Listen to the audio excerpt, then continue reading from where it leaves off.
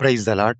மத்தேயு 24 மற்றும் 25 அதிகாரத்தை எப்படி சொல்லுவாங்கன்னா, ஆலிவ் டிஸ்கோர்ஸ், அதாவது ஒலிவ மலையில் ஆண்டவர் பண்ணின பிரசங்கம். அது எதை குறித்து ஆண்டவர் பிரசங்கம் பண்ணினார்? இறுதி நாட்கள், எண்ட் டைம்ஸ் பற்றியும், அவருடைய வருகை குறித்தும் மற்றும் நியாய தீர்ப்பு குறித்தும் ஆண்டவர் பிரசங்கம் பண்ணினார். இன்றைக்கு நாம பார்க்க போது 25 அதிகாரத்தில் உள்ள ஒரு உவமை. இதில் 2 உவமைகளை கொடுத்திருப்பார். 10 கன்னிகை குறித்த உவமை. இது ஆண்டவர் வருகைக்கு ரெடியா இருக்கிறது குறித்து. இரண்டாவது, தாளந்தை குறித்த உவமை. அதாவது நாம் அவருடைய வருகைக்கு ஆயத்தமா இருக்கும்போது நம்ம என்ன பண்ண வேண்டும்? அவருக்கு உண்மையா இருக்கிறோமா? அவருக்கு உண்மையான உக்ரானக்காரனா இருக்கிறோமா? ஆக்டிவா இருக்கிறோமா? அவருடைய வருகையை எதிர்பார்த்து காத்து கொண்டிருக்கிறோமா? இறுதியாக நியாய தீர்ப்பு குறித்து ஆண்டவர் பிரசங்கம் பண்ணி அதை முடிக்கிறார்.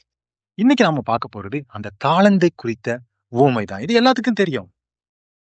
ஒரு எஜமான் தூர தேசத்துக்கு போகும்போது தன் ஆசியெல்லாம் தன் ஊழியக்கார அழைத்து அவங்க திறமைக்கு தக்கதாக கொடுத்துட்டு, ஒருத்தருக்கு 5 கொடுக்குறாரு, இன்னொருத்தருக்கு 2 கொடுக்குறாரு, இன்னொருத்தருக்கு 1 கொடுக்குறாரு. அப்படி திரும்பி வந்து அவர் கணக்கு கேட்கும் பொழுது 5 கொடுத்தவர் அதை 10 காமிக்கிறாரு, 2 கொடுத்தவர் 4 காமிக்கிறார், 1 கொடுத்தவர் ஒண்ணுமே காமிக்கல. ஒரு ப்ராகிரஸும் இல்லை. இதுல இருந்தா நம்ம சில விஷயங்களை நம்ம கற்றுக்கொள்ள போறோம். முதலாவதாக, தாளந்து என்றால் என்ன? அதாவது டேலண்ட்னா என்னன்னா, 1ஆம் நூற்றாண்டுல ரோம் ஆட்சி காலத்துல டேலண்ட்ங்கிறது ஒரு 33 முதல் 34 கிலோகிராம் எடையுள்ள தங்கம் அல்லது வெள்ளியை குறிக்கும். அதாவது ஒரு மனிதன் 20 வருடம் கஷ்டப்பட்டு சம்பாதித்த பணத்தினை குறிக்கும் ஒரு தாளந்து என்பது.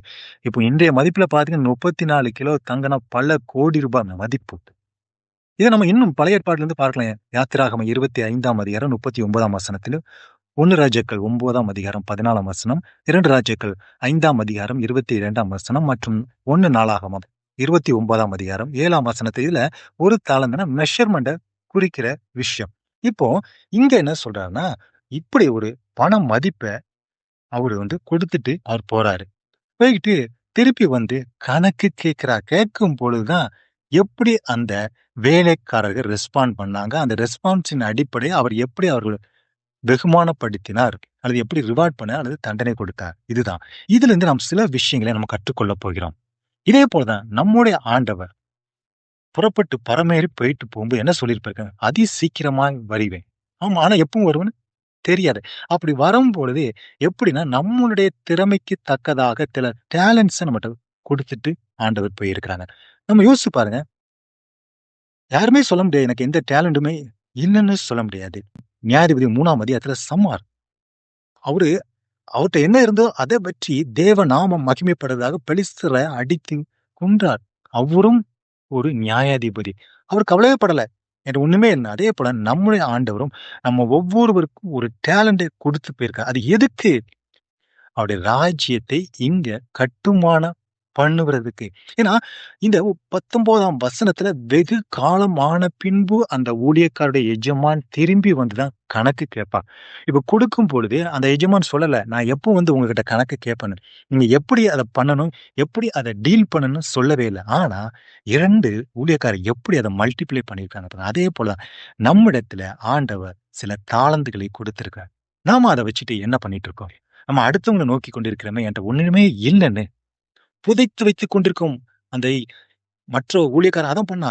ஆண்டவரை தெரிந்து கொண்டு அவன் பண்ண புதைத்து வைத்திருக்கிறான். நாமளும் பல டேலண்ட்களை யூஸ் பண்ணாம புதைத்து வைத்துக் கொண்டிருக்கிறோம். நாம் ஆண்டவருக்கு கணக்கு ஒப்புவிக்க கடமைப்பட்டுள்ளோம். இந்த டேலண்ட்களை ஆண்டவர் எதுக்கு கொடுத்திருக்காங்க? அவரை பரலோக ராஜ்யத்தை இங்க கட்டும்படிதான் அந்த டேலண்ட கொடுத்திருக்கிறாரு.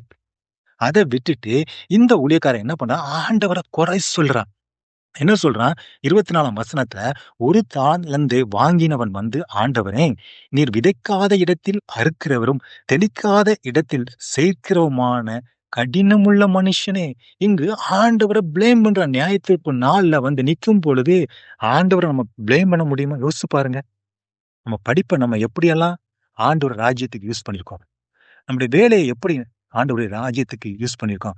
நம்மளுக்கு கொடுத்துக்க டேலண்ட்ஸ், மியூசிக், சிங்கிங், அதெல்லாம் நம்ம எப்படி ஆண்டவருக்கு மகிமைக்காக, ஆண்டோடைய நாமம் இங்க மகிமைப்படுது, தேவனுடைய ராஜ்யம் இங்க கட்ட நம்ம உபயோகப்படுத்திருக்கோமா? யோசிச்சு பாருங்க.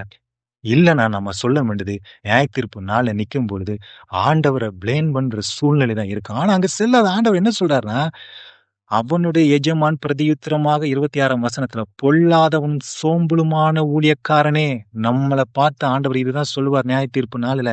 நான் விதைக்காத இடத்தில் அறுக்கிறவன் என்றும், தெளிக்காத இடத்தில் சேர்க்கிறவன் என்றும் அறிந்திருக்கிறாயே. இதை தெரிந்து கொண்டே நீ இப்படி இருக்கிறாயப்பா. உனக்கு டேலண்ட குடுத்தது எதுக்கு? இன்ஆக்டிவா வச்சிருக்கிறதுக்கா? இல்லையே. சோம்பலா இருக்கிறதுக்கா? இல்லையே.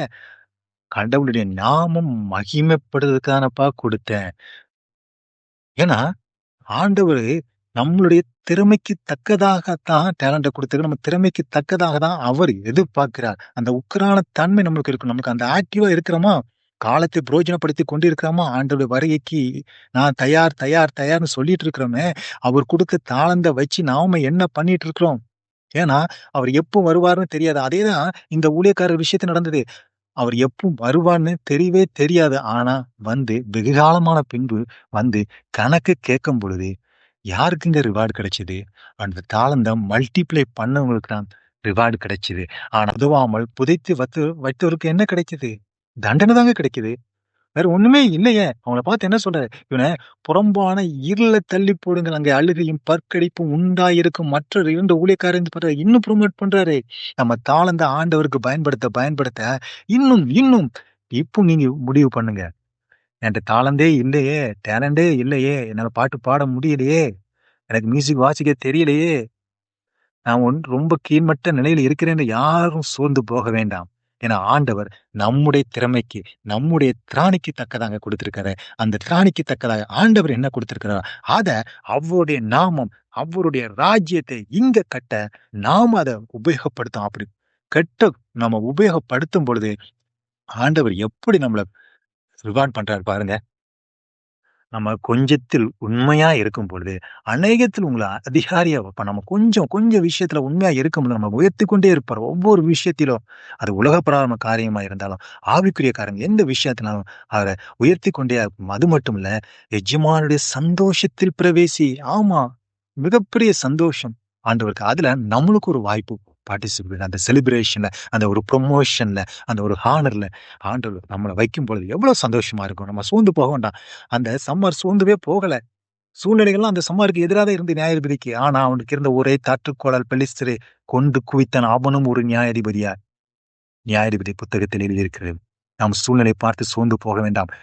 எனக்கு எந்த டேலண்டுமே இல்லன்னு சொல்லி அடுத்த ஒரு நேரத்தை நம்ம கம்பேர் பண்ண வேண்டாம். நம்மளுக்கு என்ன ஆர்டர் குடுத்திருக்காரோ, அத மல்டிப்ளை பண்ணணும். புதைத்து வைக்க வேண்டாம். பழி சொல்ல வேண்டாம். இன்ஆக்டிவா இருக்க வேண்டாம். சோம்பலா இருக்க வேண்டாம். கடவுளுக்காக அவருடைய தாளந்தை எடுத்து நாம் பயன்படுத்துவோம். ஆமென்.